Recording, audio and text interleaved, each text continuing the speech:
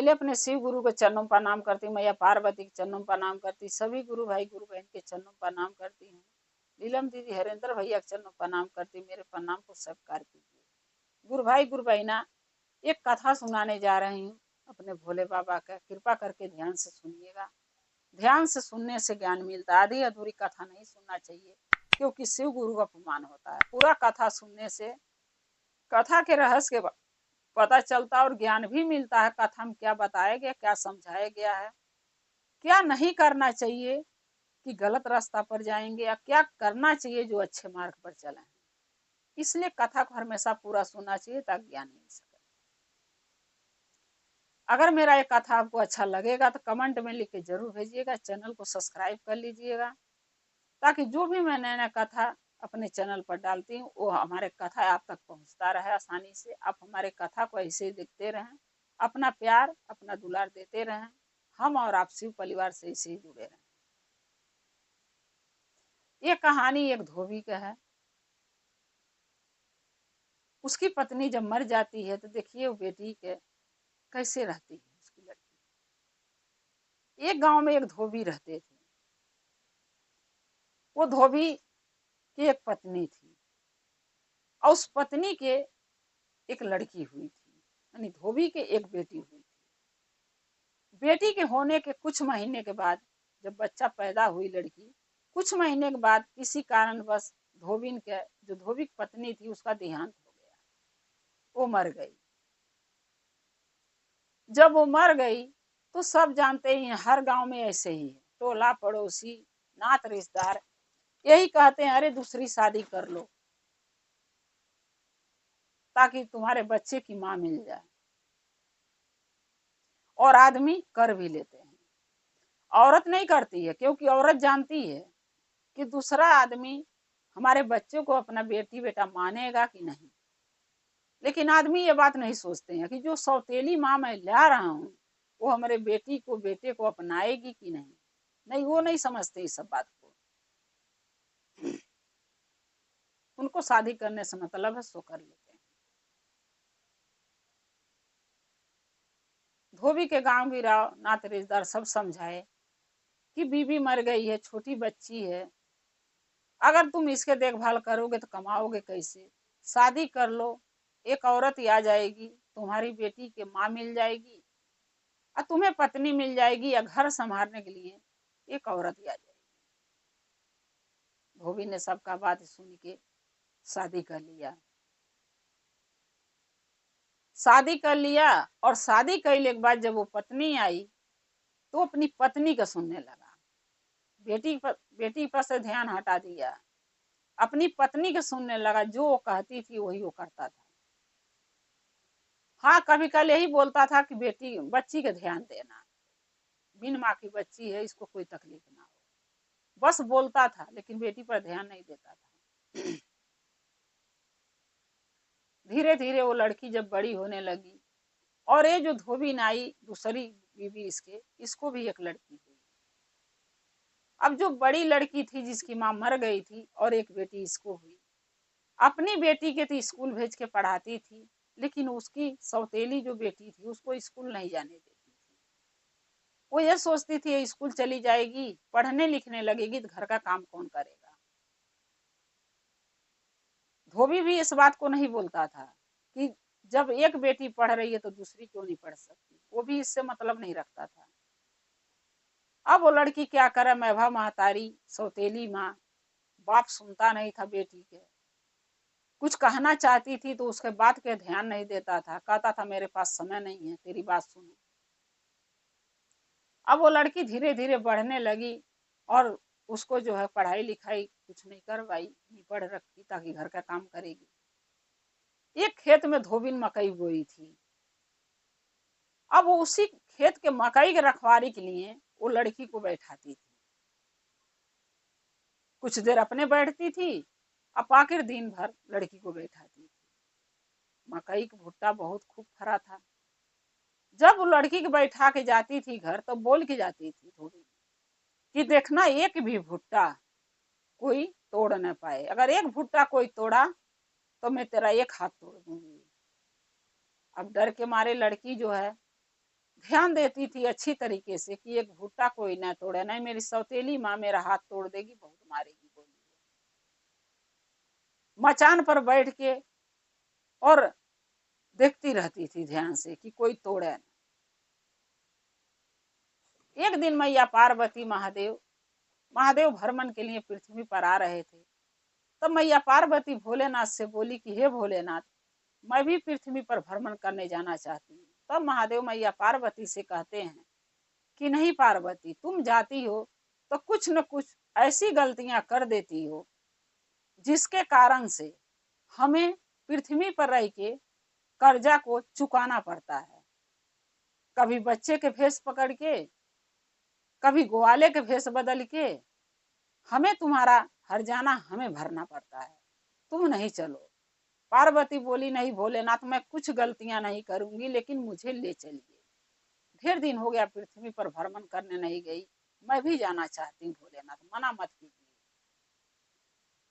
औरत औरत होती हैं, जब औरत ऐसे प्यार से बोलती हैं तो आदमी लोग पिघल ही जाते हैं। उसी तरीके महादेव पिघल गए पार्वती के बात पर, बोले ठीक है चलो। जब मैया पार्वती महादेव पृथ्वी पर भ्रमण करने के आए, तो भ्रमण करने जब जा रहे थे तो एक जो खेत में मकई बोआ था वो खूब बढ़िया पाली भरा था। तब मैया पार्वती कह रही है भोलेनाथ से कि हे भोलेनाथ, हमें बड़ी तेज भूख लग गई है। तब महादेव बोले कि पार्वती, पृथ्वी पर आने के बाद भूख प्यास तो लगता ही है, लेकिन कहीं मिलेगा कुछ खाने के पीने के, जब भी तो मैं खिलाऊंगा पिलाऊंगा, थोड़ा सब्र करो, आगे चलो। तब पार्वती कहती है, पार्वती का नजर वो भुट्टे पर जाता खेत में जो फरा है। तब पार्वती कहती है हे भोलेनाथ, वो क्या फरा हुआ है? तब महादेव कहते हैं भुट्टा। पार्वती कहती है भुट्टा, ये कैसा लगता है? महादेव कहते हैं इसको उबाल के खाओ, ये तो भूज के खाओ, बहुत अच्छा लगता है। अब महादेव के क्या पता कि पार्वती मांगने लगेगी। तब पार्वती भोलेनाथ से कहती है कि हे भोलेनाथ, हमें भुट्टा ले आ दीजिए ना मांग के। अगर मैं अपने आप तोड़ती हूँ तो आप कहते हैं कि गलती करी हो, आप मांग के ले आइए। तब भोलेनाथ बोले नहीं पार्वती, ये गलत बात ही है, कोई बोया है, मेहनत किया है, अब उससे मैं मांगने जाऊं भुट्टा खाने के लिए? तो पार्वती बोली क्या हो गया, मांग ही तो रहे हैं, चोरी थोड़ी कर रहे हैं। चोरी करना पाप होता भोलेनाथ, मांगना कोई पाप नहीं होता है। महादेव बोले कि चलो पार्वती, तुम्हारे के लिए क्या क्या नहीं मुझे करना पड़ता है, चलो जाता हूँ देखता हूँ कोई है कि नहीं। जब महादेव जाते हैं तो देखते हैं एक लड़की मचाने पर बैठ के और भुट्टा रखा रही है। तब भोलेनाथ एक साधु को भेष बदल के जाते हैं, कहते हैं बेटा मुझे भुट्टा दे दो एक।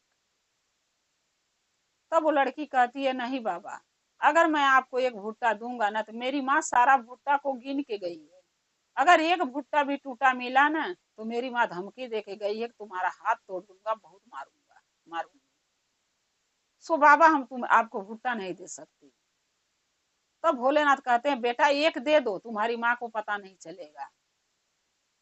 अब लड़की उनके बातों में आके एक भुट्टा तोड़ के दे देती है, कहती है भोलेनाथ आप ही बचाना मुझे। अब भोलेनाथ को दे भी रही है। भोलेनाथ हंसते हैं, कहते हैं कि मुझे भुट्टा भी दे रही है, मेरे सहायता भी मांग रही है, तो मांगेगी नहीं तो किससे मांगेगी? जब एक भुट्टा पार्वती के लगे भोलेनाथ लेके जाते हैं तो पार्वती देख के उनके मन में और लालच आता है, तो कहती है हे भोलेनाथ एक और मांग के लाइए। तो कहते हैं नहीं पार्वती अब नहीं मांगूंगा।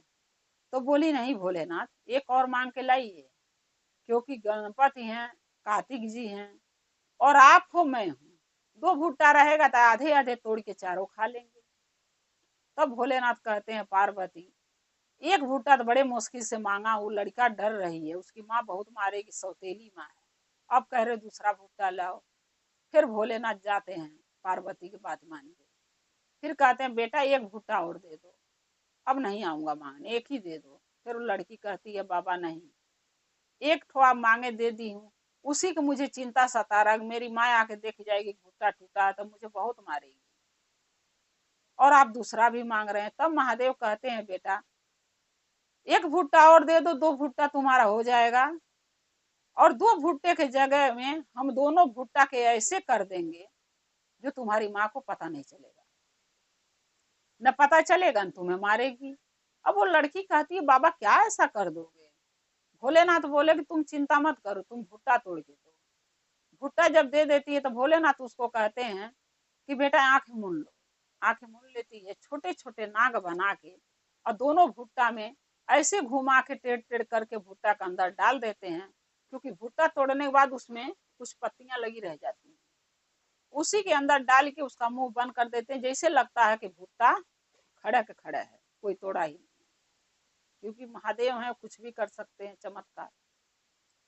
अब वो लड़की जब महादेव आंख मूंद ले कहते हैं, वो आंख मूंद लेती है और जब ये चमत्कार कर देते हैं भुट्टे के अंदर, तब महादेव कहते हैं बेटा मैं चल रहा हूँ, अब तुम चिंता मत करना, तुम्हारी माँ को पता नहीं चलेगा कि भुट्टा टूटा है कि नहीं। लड़की देखती है तो सच में भुट्टा भुट्टे के लेखा लग रहा है, उसमें से कुछ तोड़ा दिख ही नहीं रहा है। उनके जाने के बाद वो लड़की क्या करती है कि भुट्टे को हाथ लगा के छू के देखने जाती है कि देखो इसके अंदर ऐसा क्या चीज है कि पता नहीं लग रहा कि भुट्टा टूटा है। अब उसको क्या पता कि उसके अंदर क्या है। जब वो हाथ लगा के छूती है तो उसमें जो नाक का बच्चा था वो निकल के मुंह निकाल के उसको डस लेता है।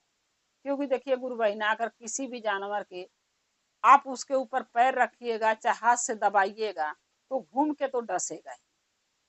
अब वो नाक के जब वो दबाती है तो घूम के काट लेता है, जब वो काट लेता है तो उसका जहर फैल जाता है, वो लड़की मर जाती है। जब मर जाती है तो उसकी माँ जब आती है घर से, देखती है कि लड़की मरी पड़ी है, तो अंदर अंदर वो बहुत खुश होती है। सौतेली जो माँ थी अंदर अंदर बहुत खुश होती है कि चलो मर गई, घर का बलाय चला गया। क्योंकि अगर ये जिंदा होती तो इसका शादी विवाह सब कुछ करना पड़ता। ये मर गई है तो कम से कम इस चीज से तो मुझे छुटकारा मिला, शादी नहीं करना पड़ेगा। लेकिन जिसको बचाने वाला भोलेनाथ हो, उससे कोई नहीं मार सकता। हाँ, कुछ देर के लिए संकट आता है गुरु बहिना, लेकिन अगर हम आप हो चाहे हम हो, अगर उम्र है, जिंदगी लिखी है जीने के, अभी समय है जीने का, उम्र है, तो कोई न कोई बहाने महादेव जरूर उसको जीवन दान देते हैं। मैया पार्वती महादेव तो भरमन चले गए, लड़की मर गई, उसकी माँ आके नाटक कर करके रोने लगी, हाय मेरी बेटी, हाय मेरी बेटी मर गई। लेकिन वो तो दिखाने के लिए लोगों के, कि लोग यही कहे कि सौतेली माँ सौतेली बेटी से बहुत प्यार करती थी, तो दिखाने कर रही थी, अंदर अंदर तो खुश थी वो। फिर जब उधर से मैया पार्वती महादेव भ्रमण करके आ रहे थे तो मैया पार्वती कहती है कि हे भोलेनाथ, देखिए ना जहाँ से आप भुट्टा लाए हैं वहां बहुत भीड़ लगी। महादेव के पता था ये लड़की मर गई है, क्योंकि वो तो घटघट का वासी है, सबके गले में सबके शरीर में महादेव वास करते हैं, उनको सब पता होता किसके साथ कब क्या होने वाला है, वो सब जानते हैं, मगर हम एक इंसान है जो नहीं समझ पाते हैं। अब महादेव के पता था तो भोलेनाथ बोले कि पार्वती अब जो होना होगा वो तो हो गया होगा, हम कर ही क्या सकते हैं। पार्वती बोलती है का हो गया महादेव? भोलेनाथ बोले कि न आप भुट्टा लेने के हमें वहां भेजती, न मैं भुट्टा लाता, न वो लड़की डर के मारे हमसे कहती कि मेरी माँ बहुत मारेगी, भुट्टा टूट जाएगा देखेगी क्या, और न मैं उसको मार खाने से बचाने के लिए ये लीला रचना पड़ता जिसके वजह से लड़की मरी। तब मैया पार्वती कहती है भोलेनाथ आप क्या किए हैं बताइए। महादेव सारी बात बताते हैं कि 2 भुट्टा में 2 नाग कैसे डाले थे बना के, और वो नाग जब लड़की देखने गई भुट्टा कैसे बन गया, भुट्टा के अंदर फिर भुट्टा के लेखा कैसे दिखने लगा, तो वो नाग निकल के काट दिया लड़की को जब हाथ लगाई, जिसके कारण से विष फैल गया ना, लड़की मर गई। तब मैया पार्वती कहती है हे भोलेनाथ, हमसे बहुत बड़ा भूल हो गया, न मैं भुट्टा आपसे मांगती, न आप वहां जाते, न वो लड़की डर के मारे आपसे सारी बात बताती कि उसकी सौतेली माँ मारेगी, न आप ऐसा काम करते उसका जान बचाने के लिए, और न वो लड़की मरती। तब भोलेनाथ कहते हैं पार्वती जो होना था हो गया, अब हम कर क्या सकते हैं। तब मैया पार्वती कहती है कि हे भोलेनाथ आप ही कर सकते हैं, अब आप ये बताइए उस लड़की की उम्र अभी है न जीने का? महादेव कहते हैं हाँ, उसकी उम्र 100 साल की है। तब मैया पार्वती कहती हैं कि हे भोलेनाथ, आप तो विष पीते हैं, आप चाहें तो उस लड़की के जीवन बचा सकते हैं। तब महादेव कहते हैं कि इस भेष में जाके तो हम जीवन नहीं बचा सकते। तब मैया पार्वती कहती हैं कि हे भोलेनाथ, रूप बदल के चलिए, हम भी चलेंगे, आप भी चलिए। मैया पार्वती महादेव एक बूढ़ी बूढ़ा का भेष धारण करके, और जब वो भुट्टे वाले खेत के जगह पर जाते हैं जहाँ भीड़ लगी है, तो दोनों जने देखते हैं कि लड़की मरी पड़ी है। तब महादेव कहते हैं कि सभी कोई आंख मूंद लो, हम इस लड़की को देखना चाहते हैं कि ये जी सकती है कि नहीं। तो सब कहते हैं अरे बाबा, आप क्या देखना चाहते हैं? तो लड़की कब का मरी पड़ी है, 2-3 घंटा हो गया है, कैसे जिंदा बचेगी अब? तब बूढ़े बाबा कहते हैं कि बेटा 5 मिनट के बाद ही है, आंख मूंद लो। जब 5 मिनट लोग आंख मूंद लेते हैं, उतने में महादेव क्या करते हैं कि कमंडल से जल लेके जब उसके ऊपर फेंकते हैं, तो लड़की उठ के बैठ जाती है, हर हर महादेव करके। जब उठ के बैठ जाती है, तब लोग देखते हैं तो कहते हैं ये चमत्कार हुआ कैसे? फिर महादेव कहते हैं मैया पार्वती हम जा रहे हैं। तब लोग कहते हैं नहीं, आप बताइए आप हैं कौन, आप क्या ऐसा किए जिसकी वजह से लड़की के जीवन बच गया? कहते हैं आप ही जैसे हम भी एक साधारण इंसान है, हम क्या कुछ किए हैं, ये करने वाले तो भोलेनाथ हैं, हम कुछ नहीं किए, जो भी किए महादेव किए। जब महादेव मैया पार्वती जाने लगती हैं, तो लड़की हाथ पकड़ लेती है महादेव को, कहती है हे भोलेनाथ, हमें भी अपने साथ ले चलिए, हमारा यहाँ कोई नहीं आपके सिवा। यहाँ भजन है गुरु बहना, ले चला शिव गुरु सलोकामा हो, हमारा कोई नहीं यहाँ। ले चला शिव गुरु उस लोकामा हो, हमारे कोई नहीं यहाँ। नहीं हम पापा जी के बिटिया हो, नहीं पापा जी हमार, नहीं हम पापा जी के बिटिया हो, नहीं पापा जी हमार। गोदिया खेलवले के नातावा हो, यहाँ कोई न हमार। गोदिया खेलवले के नातावा हो, यहाँ कोई न हमार। ले चला शिव गुरु सलोकावा हो, यहाँ कोई न हमार। ले चला शिव गुरु सलोकावा हो, यहाँ कोई न हमार। नहीं हम मम्मी जी के बिटिया हो, नहीं मम्मी जी हमार। नहीं हम मम्मी जी के बिटिया हो, नहीं मम्मी जी हमार। जन्म दिहला का के नातावा हो, यहाँ कोई न हमार। जन्म दिहला का के नातावा हो, यहाँ कोई न हमार। मानी महादेव से वो लड़की कह रही है कि हे भोलेनाथ, हमें इस लोक से अपने लोक में ले चलिए, यहाँ कोई नहीं हमार है।